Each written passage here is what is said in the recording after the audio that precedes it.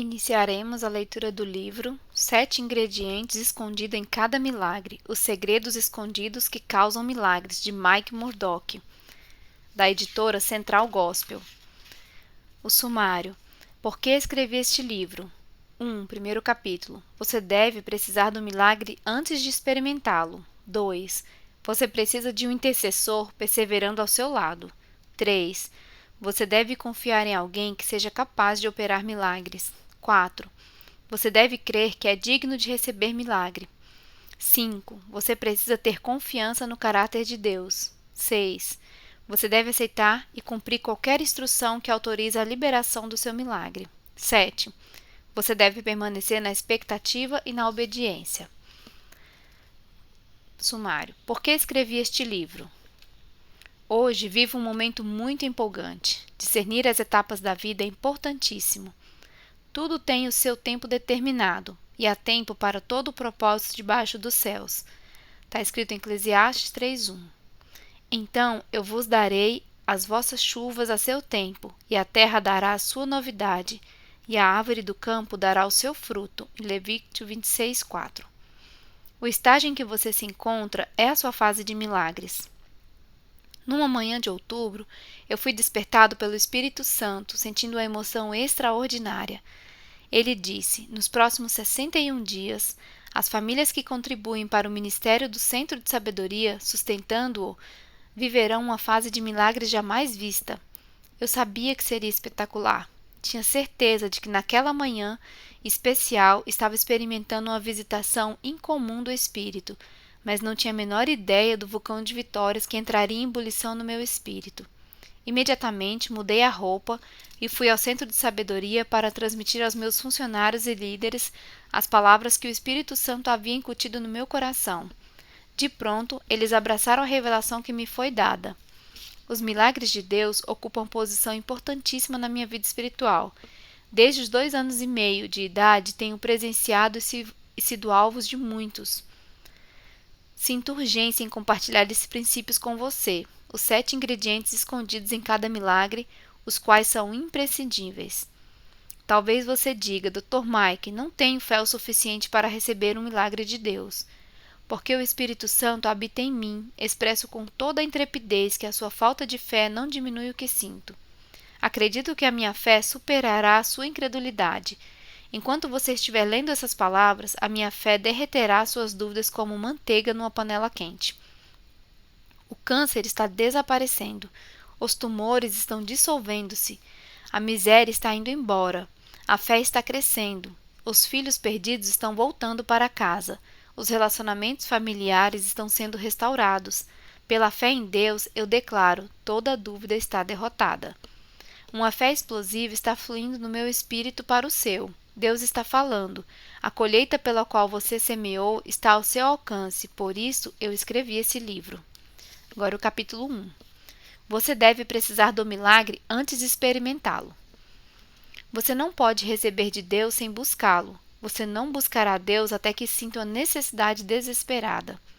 Qual é o maior milagre que está precisando? Alguém machucou seu coração? Você perdeu o emprego? Está à beira da falência? Recebeu notícias do seu médico que não há esperança de cura, ou pelo menos uma forma de amenizar sua enfermidade?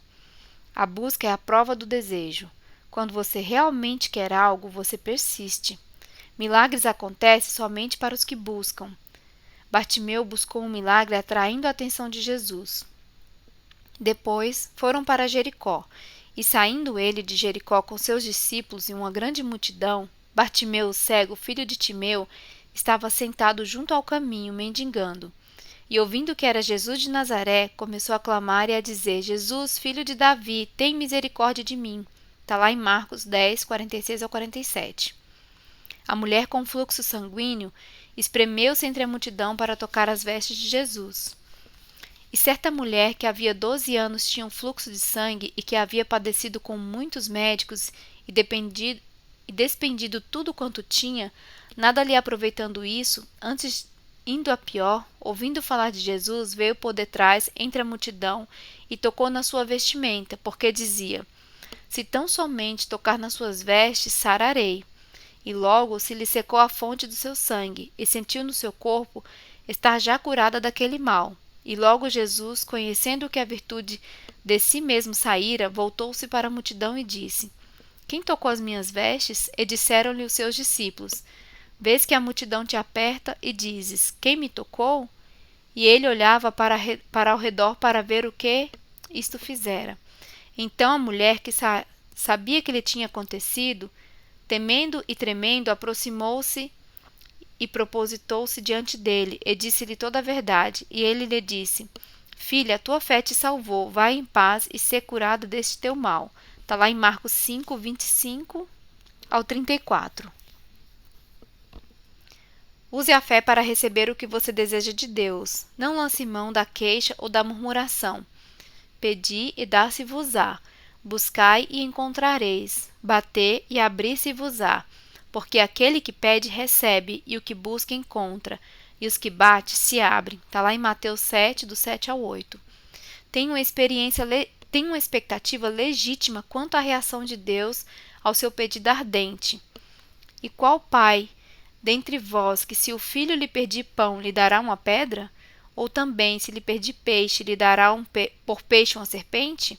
Ou também, se lhe pedir um ovo, lhe dará um escorpião? Pois, se vós, sendo maus, sabeis lhe dar boas dádivas aos filhos, quanto mais dará o Pai Celestial o Espírito Santo àquele que lhe pedirem? Está lá em Lucas 11, do 11 ao 13. As conversas revelam as expectativas. Você deve precisar de milagres antes de experimentá-lo. Capítulo 2. Você precisa de um intercessor perseverando ao seu lado. O seu intercessor deve ser alguém aprovado por Deus. Abraão suplicou ao Senhor pela preservação de Sodoma e Gomorra. Então o Senhor fez chover enxofre e fogo. Do Senhor desceu o céu sobre Sodoma e Gomorra, e derribou aquelas cidades, e toda aquela campina, e todos os moradores daquela cidade, e os que nasciam da terra. E a mulher de Ló olhou para trás e ficou convertida numa estátua de sal. E Abraão levantou-se aquela mesma manhã de madrugada e foi para aquele lugar onde estivera diante da face do Senhor, e olhou para Sodoma e Gomorra e para toda a terra da campina, e viu, e eis que a fumaça da terra subia, como a fumaça de uma fornalha. E aconteceu que, destruindo Deus as cidades da campina, Deus se lembrou de Abraão e tirou Ló do meio da destruição, derribando aquela cidade em que Ló habitava. Está lá em Gênesis 19, do 24 ao 29. Certamente Deus salvou Ló também porque se lembrou da aliança que estabelecera com Abraão, e porque este intercedia por seu sobrinho. Havia um intercessor, aprovado por Deus, que orava por Ló. O apóstolo Pedro foi aprisionado porque pregava o evangelho. Pedro, pois, era guardado na prisão, mas a igreja fazia contínua oração por ele. E quando Herodes estava para o fazer comparecer, nesta mesma noite estava Pedro dormindo entre dois soldados, ligado com duas cadeias, e os guardas diante da porta guardavam a prisão. E eis que sobreveio o anjo do Senhor, e resplandeceu uma luz na prisão, e tocando a Pedro no lado, o despertou, dizendo: Levanta-te depressa. E caíram-lhe das mãos as cadeias. Atos 12, do 5 ao 7. Pedro contava com um grupo de intercessores, a igreja local. Você se lembra de quando Israel precisou de um intercessor? Ninguém foi considerado apto pelo Senhor. E busquei dentre eles um homem que estivesse tampando o muro e estivesse uma brecha perante mim por esta terra, para que eu não a destruísse, mas a ninguém achei. Em Ezequiel 22:30. O sofrimento recaiu sobre uma nação inteira, porque ninguém intercedia por ela. Tenho um testemunho pessoal a respeito de intercessor. Meus pais foram pioneiros no pentecostalismo, fundando 7 igrejas no Texas e em Louisiana. Meu pai construiu cada igreja com as suas próprias mãos. Quando eu tinha 2 anos e meio, Satanás tentou destruir minha vida. Os médicos declaravam que eu estava sendo comido por vermes. Minha mãe contou 600 vermes que saíram do meu corpo em um dia só. Ela, inclusive, suportou o horror de ver os vermes saindo da minha boca para os ombros dela. Os médicos não sabiam como me curar. Sem um milagre, eu morreria. Meus pais acreditavam que os milagres de Deus são respostas à nossa fé. Papai começou a interceder, ajoelhou-se e decidiu que oraria por toda a noite, se necessário, para que eu fosse curado.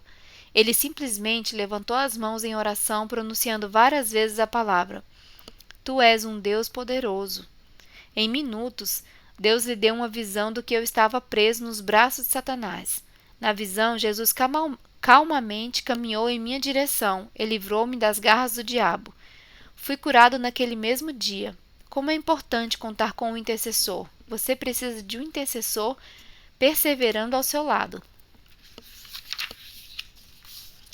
Capítulo 3. Você deve confiar em alguém que seja capaz de operar milagres. A principal diferença entre as pessoas é em quem elas confiam. Jesus, nosso intercessor, é quem opera milagres. Milagre é a intervenção sobrenatural de Deus nos problemas. Um milagre é qualquer coisa boa que somente Deus pode realizar. Os milagres transcendem o raciocínio e a lógica do ser humano. Como Deus ungiu a Jesus de Nazaré com o Espírito Santo e com virtude, o qual andou fazendo o bem e curando a todos os oprimidos do diabo, porque Deus era com ele. Está lá em Atos 10:38. Temos alguém que opera milagres em nossa vida, Jesus de Nazaré, nosso intercessor que está sentado à direita do Pai. Aceite o inexplicável. Os métodos utilizados pelo Senhor para realizar milagres irão variar. Jesus usou o barro e a saliva para curar o cego de Siloé. Usou tonéis com águas para deles retirar o vinho servido das bodas de Caná. Os processos divinos pelos quais os milagres acontecem são muitas vezes imprevisíveis, embaraçosos e sempre ilógicos quando analisados pela razão humana. Porque os meus pensamentos não são os vossos pensamentos, nem os vossos caminhos os meus caminhos, diz o Senhor. Porque assim como os céus são mais altos que a terra, assim são os meus caminhos mais altos do que os vossos caminhos, e os meus pensamentos mais altos do que os vossos pensamentos. Está lá em Isaías 55, do 8 ao 9. Você pode clamar a Deus por qualquer milagre, mas é Ele quem escolhe o modo como o fará. Você nunca estará tão longe de receber o milagre quanto parece estar há algum tempo. A situação que você vive hoje não é permanente. Ela está sujeita a mudanças. É assim somente porque existe alguém que opera milagres. Aquele que opera milagres em sua vida se chama Jesus. Você é a criatura, Ele é o Criador. Ele se regozija em realizar o impossível. Jesus transforma a doença em saúde, a pobreza em prosperidade, as lágrimas em risada. Ele é o mestre da reviravolta. Jesus, porém, olhando para eles, disse: Para os homens é impossível, mas não para Deus, porque para Deus todas as coisas são possíveis. Está lá em Marcos 10, 27. Vamos rever os eventos sobrenaturais da vida de Jesus. Os milagres relacionados à vida de Jesus. 1. A concepção e a gravidez sobrenatural da Virgem Maria, em Mateus 1, 18 ao 25. 2. Os reis magos guiados por uma estrela até a manjedoura de Jesus, Mateus 2, do 1 ao 9.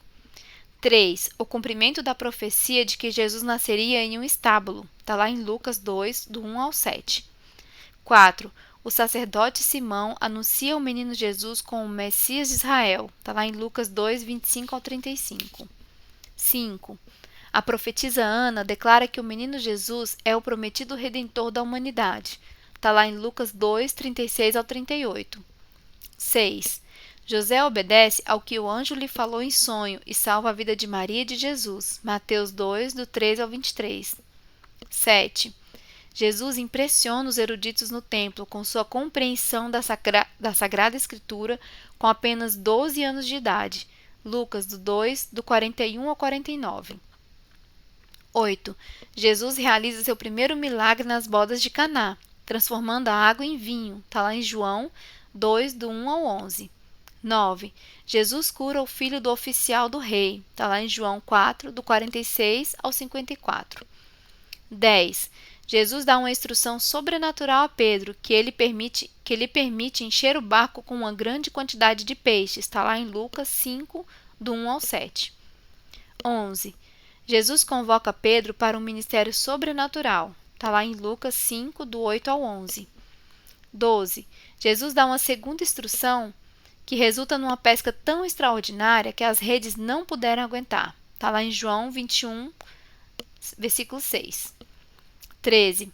Jesus expulsa um demônio na sinagoga de Cafarnaum. Está lá em Marcos 1, do 21 ao 27. 14. Jesus cura uma mulher em quem atuava um espírito de enfermidade. Está lá em Lucas 13, do 10 ao 17. 15. Pedro e André são chamados de pescadores de homens por Jesus. Está lá em Mateus 4, do 18 ao 19. 16. Jesus cura a sogra de Pedro. Está lá em Mateus 8, do 14 ao 15. 17. Jesus ministra libertação e cura a multidão de seguidores. Está lá em Mateus 8, do 6 ao 17. 18. Jesus limpa um leproso. Está lá em Mateus 8, do 1 ao 4. 19. Jesus cura um paralítico e declara que a cura não é mais difícil do que a salvação. Está lá em Mateus 9, do 1 ao 8. 20. Felipe e Natanael são chamados ao ministério pela manifestação da palavra de conhecimento, operando por intermédio de Jesus. Está lá em João 1, do 43 ao 48. 21. Em Betesda, Jesus cura um homem que estava aleijado por 38 anos. Está lá em João 5, do 1 ao 16. 22. Jesus cura a mão de um homem no sábado, em Mateus 12, do 9 ao 13. 23. Jesus cura o servo do centurião e complementa seu entendimento sobre a autoridade espiritual. Lucas 7, do 1 ao 10. 24. Jesus ressuscita o filho da viúva de Naim durante o funeral. Lucas 7, do 11 ao 16. 25. Jesus cura um homem expulsando um espírito de mudez e de cegueira. Está lá em Mateus 12, do 22 ao 37. 26. Jesus acalma a tempestade. Está lá em Mateus 8, do 23 ao 27. 27. Jesus expulsa os demônios de 2 gadarenos. Mateus 8, do 28 ao 34. 28. Jesus ressuscita a filha de Jairo. Está lá em Mateus 9, 18, 19 e do 23 ao 26.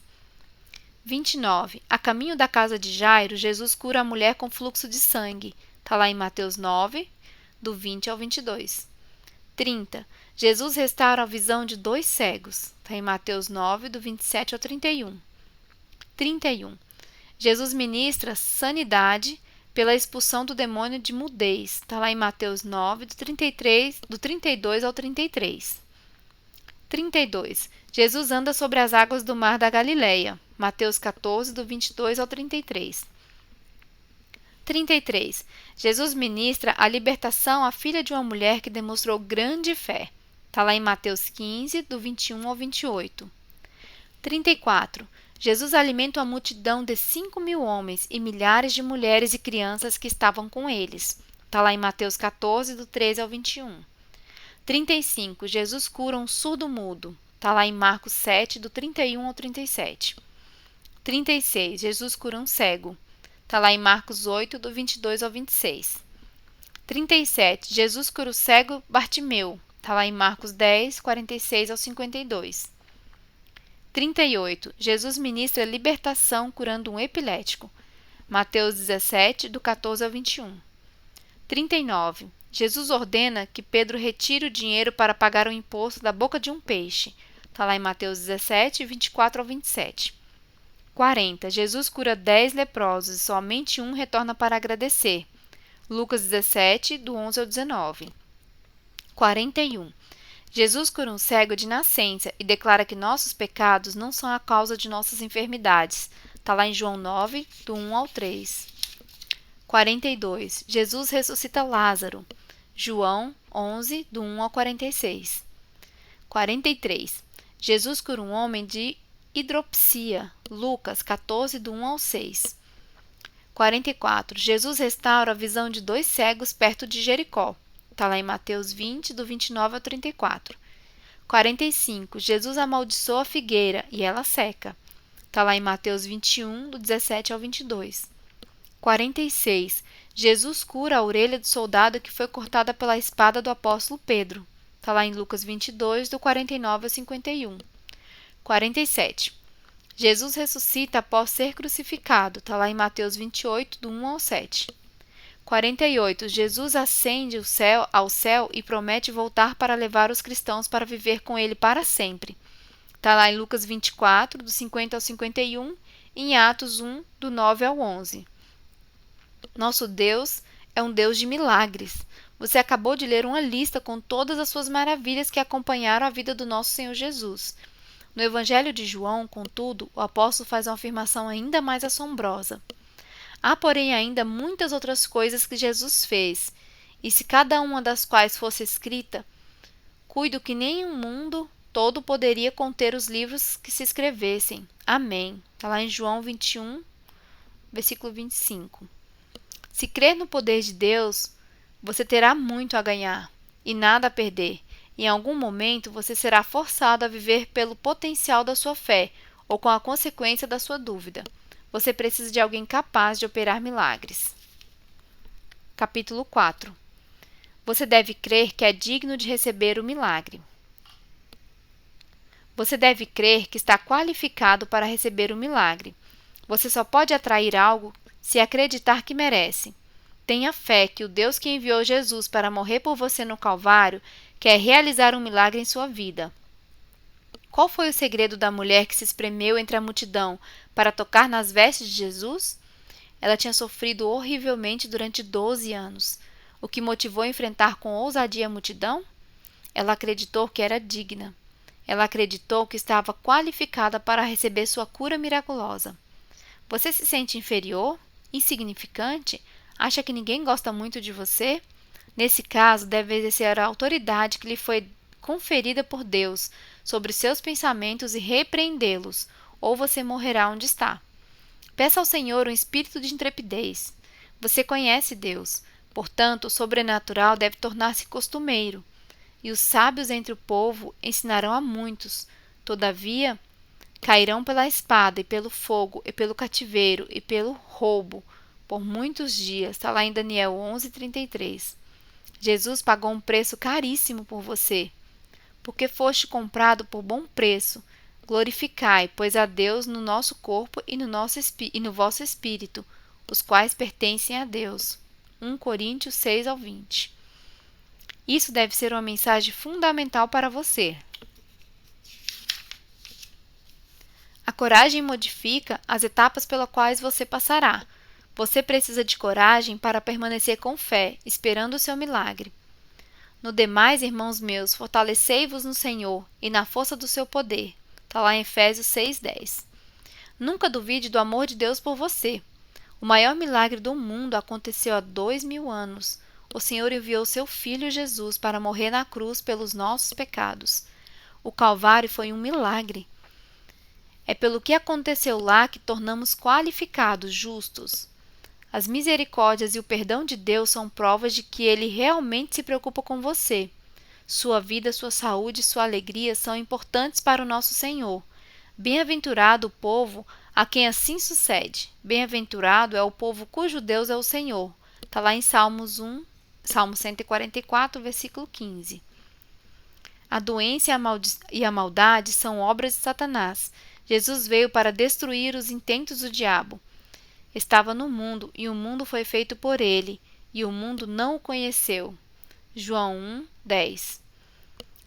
Não é da vontade de Deus que você sofra enfermidades e morra prematuramente. Jesus já derrotou a morte. E visto como os filhos participam da carne e do sangue, também ele participa das mesmas coisas, para que pela morte aniquilaste o que tinha o império da morte, isto é, o diabo.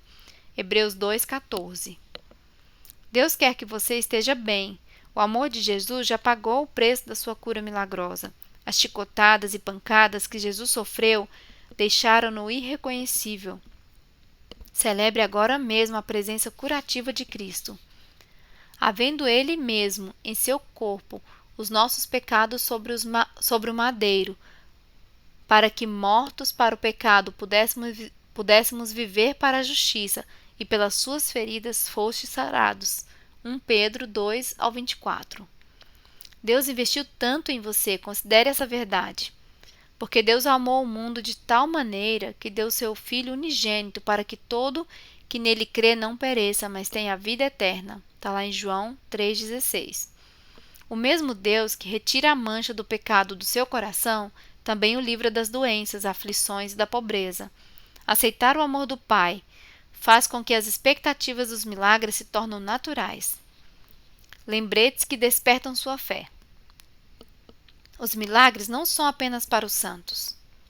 Os milagres são para os famintos. Os milagres só acontecem para os que creem. Creia. Dúvida não produz o que você deseja. Elimine todas as suas dúvidas. Dificuldades sempre acompanham o nascimento de um milagre. Coloque a sua fé em ação. Faça um esforço extra para crer. As uvas das bênçãos não estão na sua boca, mas estão ao seu alcance. Nunca pare de buscar. A persistência o qualifica a receber. O fato de você estar lendo essas palavras é prova de que crê que vai receber um milagre. Bem é o Senhor para os que se atêm a Ele, para a alma que o busca. Está lá em Lamentações 3:25. Cultive em sua mente uma imagem mais exata de Deus. Ele não é um ditador que deseja esmagar suas criaturas ao menor sinal de erro. Em vez disso, é um Deus de milagres, amor, compaixão e cura. Há muito que o Senhor me apareceu dizendo: com amor eterno te amei, também com amável benignidade te atraí. Está lá em Jeremias 31, versículo 3. Invista a semente do tempo no seu lugar reservado para a oração.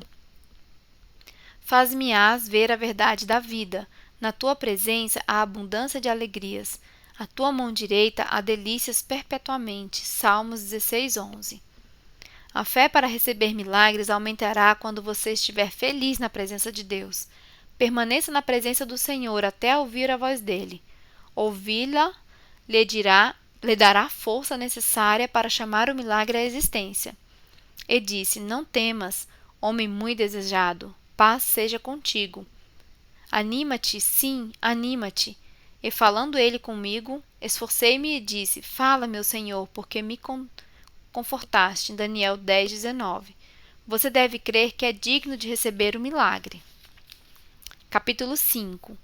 Você precisa ter confiança no caráter de Deus. Deus é confiável. O Senhor quer que você confie nele. A raiva e a murmuração não o atrairão. Seu único prazer é ser objeto da sua confiança. A maior dor do Pai é ver que você duvida dele. Suas conversas devem revelar sua confiança em Deus. A mente dele é mais apurada do que a sua. As memórias do Senhor é mais duradoura do que a sua. Os ombros dele são maiores. Lembre-se, a diferença fundamental entre as pessoas é que elas decidem confiar. As palavras certas podem dar a você a motivação e a energia necessária para acreditar no seu milagre. O homem se alegra na resposta da sua boca, e a palavra, a seu tempo, quão boa é. Provérbios 15, versículo 23.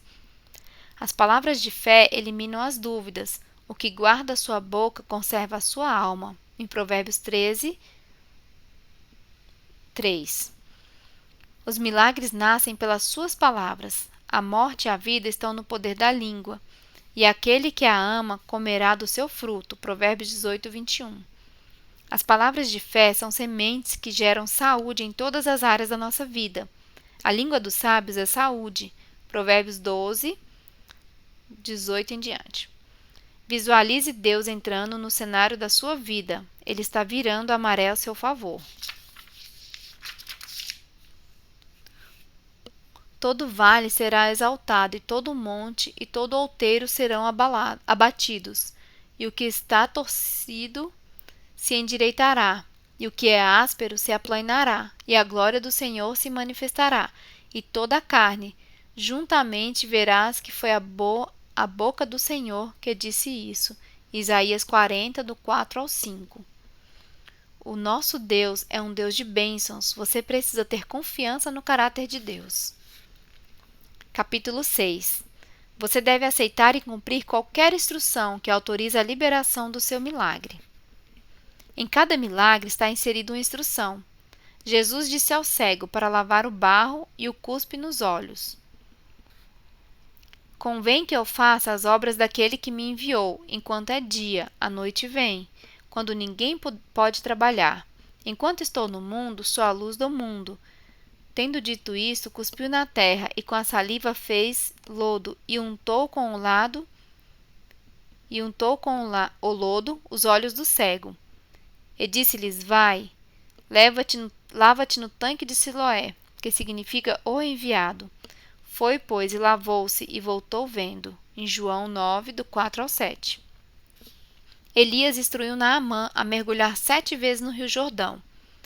Então Eliseu lhe mandou um mensageiro dizendo: Vai e lava-te 7 vezes no Jordão, e a tua carne te tornará, e ficarás purificado. Porém Naamã muito se indignou e se foi, dizendo: Eis que eu dizia comigo, certamente ele sairá, pôr-se-á em pé, e invocará o nome do Senhor seu Deus, e passará a sua mão sobre o lugar e restaurará o leproso. Não são, porventura, Abana e Farpã, rios de Damasco, melhores do que todas as águas de Israel? Não me poderia eu lavar neles e ficar purificado? E voltou-se e foi com indignação. Então chegaram-se a ele os seus servos e lhe falaram, e disseram: Meu pai, se o profeta te disser alguma grande coisa, porventura não as faria? Quanto mais dizendo ele: Lava-te, e ficais purificado. Então desceu e mergulhou no Jordão 7 vezes, conforme a palavra do homem de Deus. E a sua carne tomou, e como a carne de um menino ficou purificado. Está lá em 2 Reis 5, do 10 ao 14.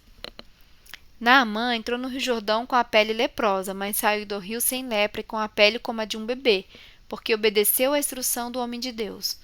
Deus deu a Josué instruções específicas sobre como conquistar Jericó. Ele lhe disse que orientasse o povo a andar em volta das muralhas de Jericó, uma vez por dia durante 6 dias. No 7º deveriam rodeá-las 7 vezes. Então disse o Senhor a Josué: Olha, tenho dado na tua mão a Jericó, e ao seu rei, e aos seus valentes e valorosos. Vós, pois todos os homens de guerra, rodeareis a cidade, cercando a cidade uma vez. Assim fareis por 6 dias. E 7 sacerdotes levarão 7 buzinas de chifre de carneiro diante da arca. E no 7º dia rodeareis a cidade 7 vezes, e os sacerdotes tocarão as buzinas. Está lá em Josué 6, do 2 ao 4. A obediência é a garantia da recompensa. Foi prometido a Josué que, se ele seguisse fielmente as instruções divinas, as muralhas de Jericó desabariam.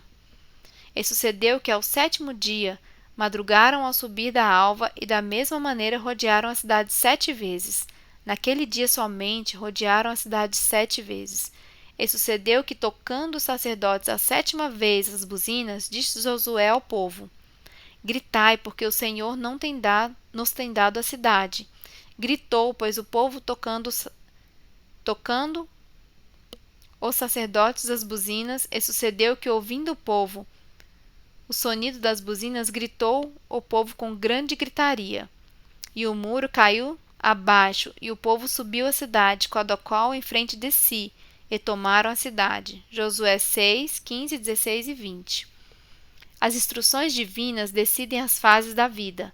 Quando você pedir a Deus um milagre, Ele lhe dará a instrução. Sua obediência é a única prova de que você crê em Deus. A instrução que mudou a minha vida. Minha vida mudou em Vitória, no Texas, quando eu tinha 21 anos de idade. O famoso missionário Charles Greenway foi o instrumento divino para isso. O irmão Greenway, muito amado e respeitado, estava levantando fundos para o Departamento das Missões da Assembleia de Deus. Ele gritou a instrução no público: Eu desafio vocês a testarem a Deus. O missionário nos explicou que o único lugar na Bíblia onde o Senhor nos desafia a prová-lo é em Malaquias 3. Contribua para a obra de Deus, e se uma quantia maior voltar para você, significa que você realmente deu de coração. Isso seria a prova da existência de Deus. Escutei o seu desafio da tal promessa de fé, que consistia simplesmente em plantar uma semente, dar uma oferta em dinheiro durante os próximos 12 meses. Eu era pobre. Havia sido evangelista somente por 1 ano. Meu primeiro ano de evangelismo foi uma catástrofe financeira. Meu salário de um mês foi $35 e outro mês $90. Eu tinha um Chevrolet de 1953 no meu segundo ano de evangelismo, em 1967. Durante o mês de junho, fui convidado para assistir às reuniões do Conselho das Assembleias de Deus do Sul do Texas. Tremendo de tão nervoso, respondi à mensagem do irmão Greene e levantei-me já preocupado, pensando como conseguiria $100 em 12 meses. Hoje em dia isso parece muito pouco, mas naquela época era um passo de fé enorme. Eu não tinha absolutamente nada. Todavia, a mensagem de Levítico 19:9 ao 10, que o missionário compartilhou, estava queimando no meu espírito. Eu sabia que tinha de obedecer. Enquanto me lembro disso, ouço-o falar. No Antigo Testamento, os ricos eram instruídos a não colher as espigas de trigo e os bagos das uvas caídas nos cantos do campo, mas deixá-los para os pobres. Deus lhes prometeu bênçãos se aumentassem os cantos do campo para que os pobres colhessem com fartura. Seu campo é o seu salário. Os cantos dele representavam o que você oferece a Deus. Se você aumentar o tamanho dos seus cantos, Deus aumentará o tamanho do seu campo ou salário. Ele fez uma pergunta que nunca esqueci. De que tamanho é o seu canto? A volta de Vitória para Lake Charles, naquela quinta-feira de manhã, foi muito emocionante. Eu pensava, onde vou conseguir $100? A minha casa foi comprada por meu pai pela elevada quantia de $150 e transportada para um pedacinho de terreno que ele possuía. Deste modo, aquele lugarzinho era minha casa. Minha suíte custou menos de $35. No domingo seguinte pela manhã, Merle Daly, um velho pianista do quarteto de batidas de pé, estava visitando nossa igreja. Quando ele terminou de tocar um solo de piano para a congregação do meu pai, falou: Gente, Deus tem sido tão bom comigo. Agora mesmo meu bolso está cheio de nota de $100. Fiquei de olhos arregalados.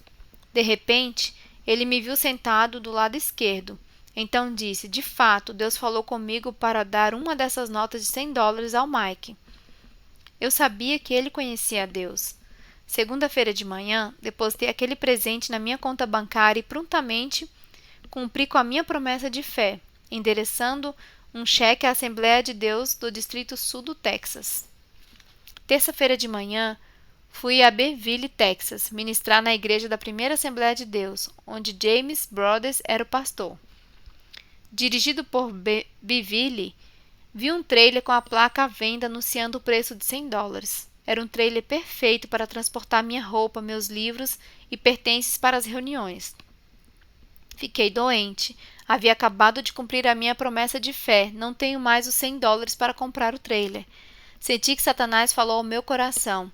Está vendo o que você poderia ter se não tivesse cumprido a promessa?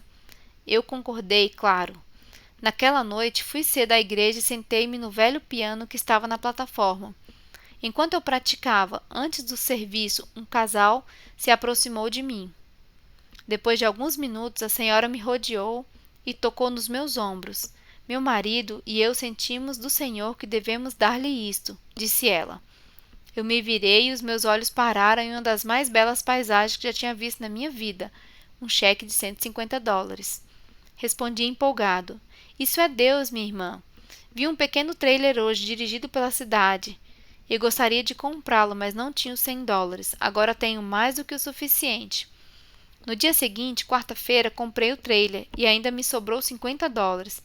Imediatamente enviei outra semente de $50 para a Assembleia de Deus do Distrito Sul do Texas. Eu já tinha cumprido a minha promessa de fé, mas senti que qualquer coisa que funciona assim tão rápido com Deus tem de ser repetida infinitamente. A noite chegou naquela quarta-feira. Enquanto eu praticava ao piano novamente, o mesmo casal se aproximou de mim com outro cheque muito bonito. Não pudemos dormir a noite passada. O Espírito Santo nos disse que também deveríamos comprar aquele trailer para você. Aqui está o cheque de $100. Minha série de colheitas milagrosas havia começado. A obediência à voz do Espírito Santo ativou inúmeros milagres que modificariam a minha vida para sempre. Deus o tem instruído a fazer algo? Algum voto que você ainda não pagou? Quando a Deus fizeres algum voto, não tarde em cumpri-lo, porque não se agrada de tolos. Os que votarem, paga-o. Eclesiastes 5:4. Você deve aceitar e cumprir qualquer instrução que autorize a liberação do seu milagre. Capítulo 7. Você deve permanecer na expectativa e na obediência.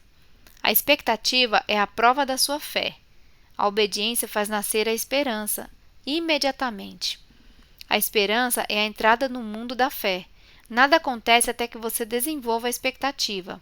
Você foi instruído a ajudar alguém? Somente para que entre ti não haja pobre, pois o Senhor abundantemente te abençoará na terra, que o Senhor teu Deus te dará por herança, para a possuíres, se somente ouvires diligentemente a voz do Senhor teu Deus, para cuidares em fazer todos esses mandamentos que hoje te ordeno. Está em Deuteronômio 15, do 4 ao 5. O Espírito Santo é o mestre na comunicação. O desejo do coração de Jesus é que obedeçamos ao Espírito. Quem tem ouvidos, ouça o que o Espírito diz às igrejas. Ao que vencer, dar-lhe-ei a comer a árvore da vida que está no meio do paraíso de Deus. Apocalipse 2:7. O reconhecimento da voz do Espírito Santo pode desencadear chuvas de favor e bênção. Meu ingresso na televisão.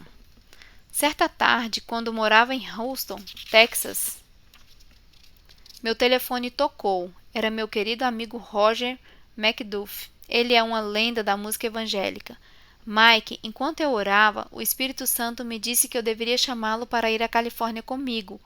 Paul e John Crush são os líderes do Canal 40, em Santa Ana. Você os conhece? Eu não os conhecia. Se você puder comprar sua passagem, eu gostaria de apresentá-lo aos dois. Acredito que há uma conexão entre você e eles. Dentro de alguns dias recebi um convite de Paul Crush para ser um convidado assíduo em muitos programas. Ele e John patrocinaram meu programa de televisão na sua emissora durante mais de 4 anos. Vários milagres ocorreram. Milhares de pessoas receberam o nosso ministério. Foi assustador. Roger ouviu a voz do Espírito Santo e obedeceu a ela. Paul e John Crush também. Uma chuva de milagres inundou minha vida desde aqueles dias decisivos. Sem obediência, milagres não acontecem. Mas se diligentemente ouvires a voz e fizeres tudo o que eu disser, então serei inimigo dos teus inimigos e adversário dos adversários, porque o meu anjo irá diante de ti e te levará aos amorreus, e aos heteus, e aos ferezeus, e aos cananeus, e aos jebuseus, e os destruirei. Está lá em Êxodo 22 ao 23. Guarde essa verdade nos recônditos do seu espírito. Se você for obediente, Deus se tornará o inimigo dos seus inimigos. Deus é o inimigo da doença para quem é obediente. Deus é o inimigo da pobreza para quem é obediente. Deus é o inimigo da depressão para quem é obediente. A porta da bênção é aberta pela obediência. Você algumas vezes deixou de dar o dízimo em sua igreja? Você acha razoável esperar um milagre de Deus quando você mesmo não está abençoando a sua casa e sustentando os seus ministros? Roubarás o homem a Deus, todavia? Vós que roubais e dizeis, em que te roubamos? Nos dízimos e nas ofertas alçadas. Com maldição sois amaldiçoados, porque me roubais a mim. Vós, toda a nação. Trarei todos os dízimos à casa do tesouro, para que haja mantimento na minha casa, e depois fazei prova de mim, diz o Senhor dos exércitos. Se eu não vos abrir as janelas dos céus e não derramar sobre vós uma bênção tal, que dela vos advenha a maior abastança. Malaquias 3, 8, 10. A prosperidade miraculosa é diretamente ligada à obediência. Se quiseres e ouvirdes, comereis o bem dessa terra. Mas se recusares e fordes rebeldes, sereis devorados à espada, porque a boca do Senhor o disse, em Isaías 1, 19 ao 20. A provisão miraculosa de outras pessoas pode estar diretamente ligada à sua obediência, porque como pela desobediência de um só homem muitos foram feitos pecadores, assim pela obediência de um, muitos serão feitos justos. Está lá em Romanos 5,19. Mas você não será forçado a obedecer. Deus resiste aos soberbos, dá, porém, graça aos humildes. Humilhai-vos perante o Senhor, e Ele vos exaltará. Em Tiago 4, do 6 ao 10. A submissão ao Espírito Santo sempre produz milagres financeiros, porque deu-se a buscar a Deus nos dias de Zacarias. Sábio nas visões de Deus, e nos dias em que buscou o Senhor, Deus o fez prosperar. 2 Crônicas 26:5. A obediência humilde sempre garante a provisão incomum. O galardão da humildade e o temor do Senhor são riquezas e honra e vida, em Provérbios 22, versículo 4. Quando você vive de acordo com a palavra de Deus, torna-se mais receptivo ao milagre. E por causa de vós repreenderei o devorador, para que não vos consuma o fruto da terra, e a vide do campo não vos será estéril, diz o Senhor dos Exércitos. Malaquias 3:11. Deus quer que nós lhe obedeçamos, para que os períodos de bênçãos e recompensas sejam produzidos na nossa vida. Se quiserdes e ouvireis, comerei o bem dessa terra. Em Isaías 1:19. A obediência é a ponte para o seu milagre. Todas as bênçãos de Deus são condicionadas a ela. E será que, se ouvirdes a voz do Senhor teu Deus, tendo cuidado de guardar todos os seus mandamentos que eu te ordeno hoje, o Senhor teu Deus te exaltará sobre todas as nações da terra. Deuteronômio 28:1. A obediência é a única prova de que você realmente confia no Senhor. Deus não é homem para que minta, nem filho do homem para que se arrependa. Porventura, diria ele e não o faria? Ou falaria e não o confirmaria? Está lá em Números 23:19. Deus espera a sua obediência. As minhas ovelhas ouvem a minha voz, e eu conheço-as, e elas me seguem. João 10:27. Há em sua vida alguma instrução do Senhor ignorada? Se há, volte agora ao lugar da obediência a Ele. Seu milagre sempre depende da sua obediência. Escute a voz do Espírito Santo. A obediência libera a força da expectativa, que é o favor atraente de cada evento que você deseja que ocorra. Você deve permanecer na expectativa e na obediência. E esse é o final do livro.